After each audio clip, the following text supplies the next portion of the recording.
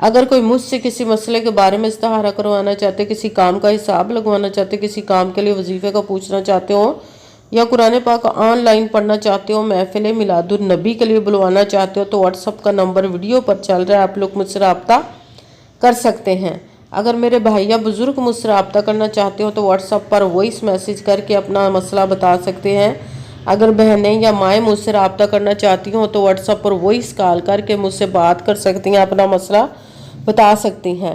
آپ نے وظیفہ کرنے سے پہلے کمنٹس میں اپنا نام، جہاں آپ رہتے ہو جگہ کا نام اور اللہ پاک کا ایک نام ضرور لکھنا ہے، تاکہ میں بھی آپ لوگوں کے لیے دعا کر سکوں، اور پھر وظیفے کی بھی آپ لوگوں کو اجازت مل جائے گی۔ آپ نے وظیفہ کرنے سے پہلے پوری ویڈیو کو دھیان کے ساتھ سن کے سمجھ کے پھر وظیفے کو کرنا، ایسا نہ ہو کہ ویڈیو کو سکپ کر کے چھوڑ کے سنیں اور پھر کوئی بات رہ جائے اور آپ وظیفہ کرے ٹھیک نہ ہو۔ آپ نے نہ تو کسی عمل میں کم کر کے پڑھنا، نہ زیادہ بڑھا کر پڑھنا ہے۔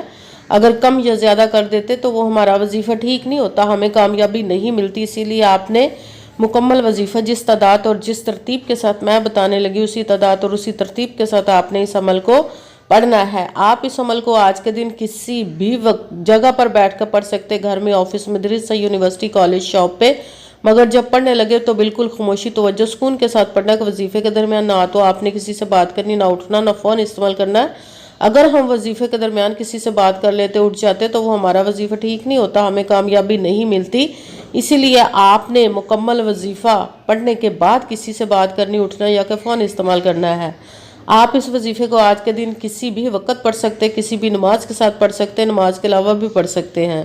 اگر نماز کے ساتھ پڑھ رہے تو نماز مکمل پڑھنے کے بعد، دعا مانگنے کے بعد آپ نے اس عمل کو پڑھنا ہے۔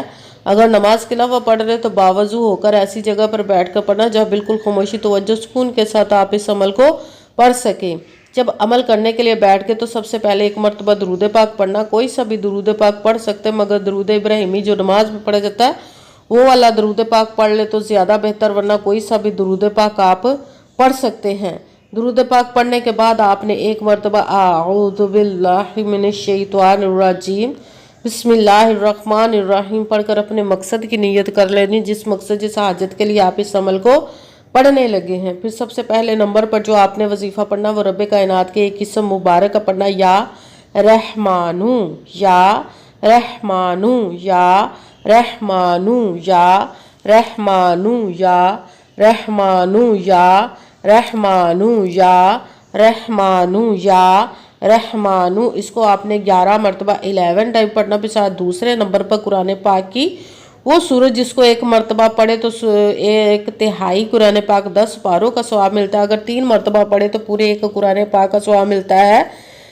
سورت اخلاص کا وظیفہ پڑھنا ہے، بسم اللہ الرحمن الرحیم قل هو اللہ احد اللہ الصمد لم یلد ولم یولد ولم یکن له کفوا احد۔ بسم اللہ الرحمن الرحیم قل هو اللہ احد اللہ الصمد لم یلد ولم یولد ولم یکن له کفوا احد۔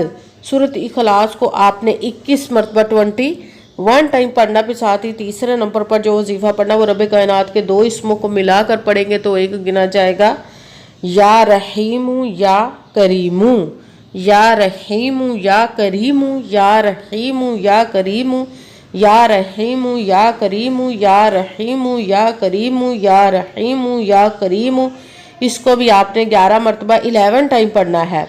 سب سے پہلے ایک مرتبہ درود پاک پڑھا، پھر ایک مرتبہ اعوذ باللہ من الشیطان الرجیم بسم اللہ الرحمن الرحیم پڑھ کر اپنے مقصد کی نیت کر لینی جس کے لیے آپ اس عمل کو پڑھنے لگے ہیں۔ پھر سب سے پہلے نمبر پر جو آپ نے وظیفہ پڑھنا وہ رب کائنات کے ایک اسم مبارک کا پڑھنا، یا رحمانو۔ اس کو آپ نے 11 مرتبہ 11 ٹائم پڑھنا۔ پھر ساتھ دوسرے نمبر پر سورۃ اخلاص کا وظیفہ، بسم اللہ الرحمن الرحیم قل هو اللہ احد اللہ الصمد لم یلد ولم یولد ولم یکن له کفوا احد۔